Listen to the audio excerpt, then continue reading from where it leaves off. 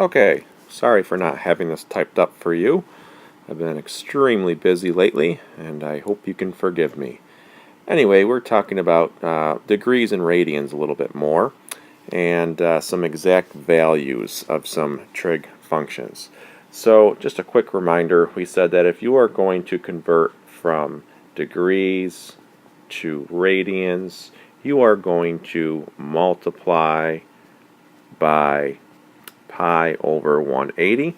And if you are going to reverse it, if you have to convert from radians to degrees, you're going to multiply by the reciprocal here, which would be 180 over pi. Okay, let's look at a couple examples. First off, let's look at some non-friendly values where, by non-friendly, I mean non-multiples of 30, 45, or 60, or 90, angles that tend to show up a lot in problems. So let's look at something like 43 degrees. If we wish to convert this to radians, we are going to simply multiply it by 180, or I'm sorry, by pi divided by 180. And if we go straight to our calculator and round to 3 sig figs, 0.750 is what we would get. And our abbreviation we said is just RAD for radians. Okay? Let's now go the other direction. Suppose we have 2.3 radians. Okay? If we want to convert this to degrees, we're simply going to take 2.3 and we're going to multiply it by 180 divided by pi. Okay, so 2.3 times 180, you hit enter, you divide it by pi, and we're going to have 131.8 if we were to go out to, let's say, 1 decimal place. All right, this is now in degrees. Okay. By the way, if you were to look at exactly 1 radian, I said in the last video it's about 57 degrees. Well, we can get a slightly more accurate number by taking that 1 and multiplying by pi over 180. Okay, so we're converting here from radians to degrees. Well, if you do pi divided by 180, you're going to get 57.3 degrees, let's say, if we were to round to 3 sig figs. So you can see how it's about 57 degrees. Okay, so again, these are a few quick examples of some non-friendly type numbers. Okay, so let's look at some of these multiples of 30 and 45 that I was describing, where these are ones that are going to show up a lot, especially in your no calculator sections. Okay, so first off, we need to have the following memorized. So it's really important. You don't want to be using your formula up above that we just talked about for the following. Really, all you need to know is that pi radians is equal to 180 degrees. Okay? If you know that, then everything else builds off of it. Okay?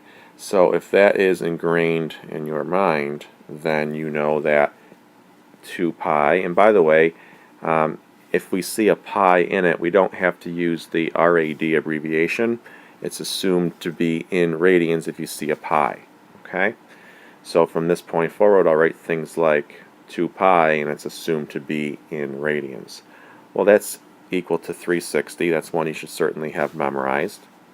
Some other popular ones, when we get into graphing, all right, we often will graph our trig functions in increments of 90. So pi over 2, you need to know that is 90. You should also know, there goes my dog barking again, sorry, 3 pi over 2 is 270. Here's an easy way of remembering it. If you know that pi over 2 is 90, 3 times 90, or 3 90s, is 270. Okay? So those are your multiples of 90 that would show up, your 90, your 180, your 270, and your 360 if you had to graph a trig function, all right, which we'll be doing later on in the unit. And some other ones to be familiar with. Okay, I'll go the opposite direction here. I'll start from degrees. All right, 30 degrees, we know that shows up a lot. We talked about special right triangles. 30 degrees is pi over 6. All right, remember, pi is 180. Pi radians is 180. So as an angle, pi is 180 degrees. As a non-angle, as a value, pi is 3.14, right? So yes, pi is 3.14 as a number, but as an angle in radians, it's 180 degrees. Okay, so 60, ask yourself, pi divided by what will give me 60, or in other words, 180 divided by what will give me 60? Well, 180 divided by 3, so pi over 3. Notice how these numbers are kind of opposites, the 3 and the 6, all right, are opposites there. Another popular one is 45 degrees. This is pi over 4. All right, a nice way to remember this is the 4's correspond to one another. Okay, so when you see pi over 4, think immediately 145 degrees. And think about the multiples too. All right, things like 120 degrees. Okay, now if you wanted to do it in terms of pi over 6's, which is 30, 120 degrees is how many 30s, ask yourself. All right, well, 120 is 4 times 30, so that's 4 pi over 6's, all right, which, by the way, that can be reduced to 2 pi over 3. And notice that 2 pi over 3 has a pi over 3 in it. Pi over 3, we said, is 60 degrees, so 2 times 60 is your 120, okay? So we will usually reduce it from this to that, all right? And again, things like 135 degrees. These are popular angles because they're multiples of either your 30, your 60, or your 45. All right, well, 135, think about how many 45s that is. All right, that's 3 45s, so that's 3 pi over 4's. Okay? All right, the last thing I want to talk about is finding exact values. All right, now this stuff would be done without the use of a calculator. Okay, you wouldn't be allowed to use one. So suppose we want to figure out what the tangent of 120 is. Now we talked about how to find sine, cosine, and tangent of special right triangles where the angles were 30 or 60 or 45. Well, what if we're looking at the multiples of them?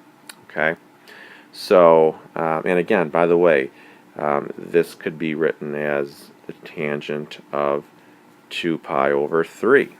All right, if they give you the tangent of 2 pi over 3 and they say find the exact value, I would suggest that you convert it to degrees. All right, 2 pi over 3's is 260s, like we said, so that's really 120 that we're talking about.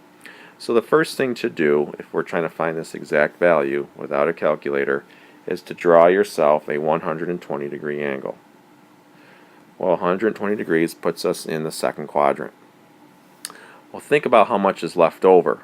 Okay, if we were to go all the way to the other side here, this is 180 degrees total, so 60 would be left over. We call that the reference angle.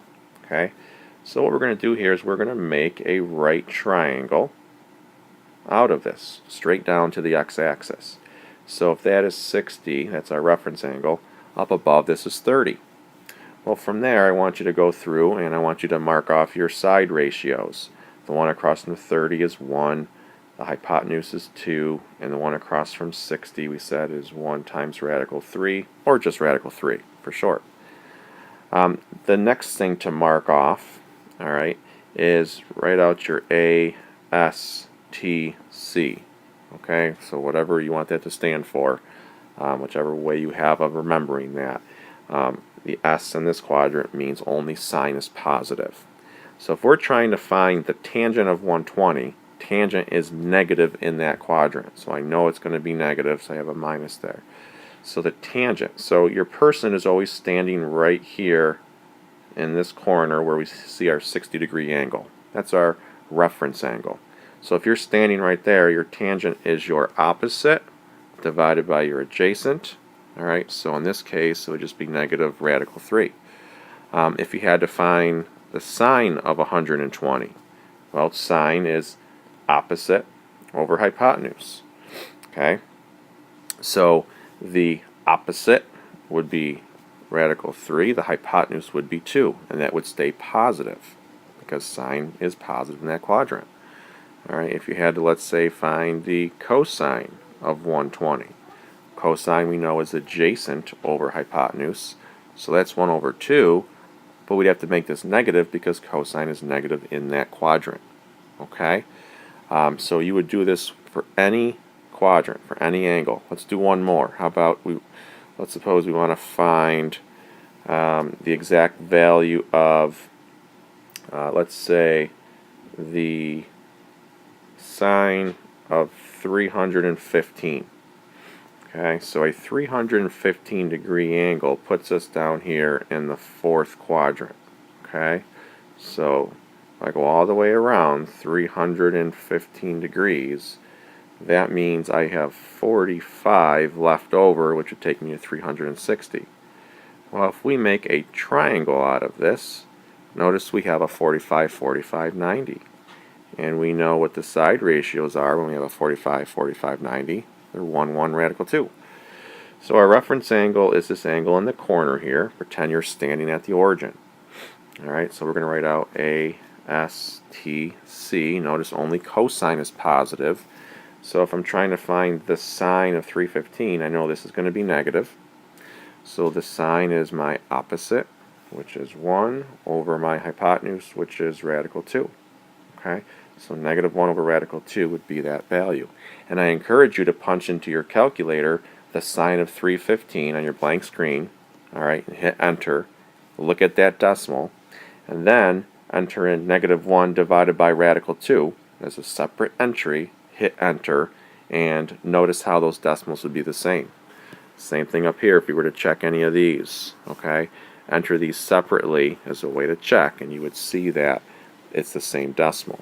Okay, so that's all for now. Adios.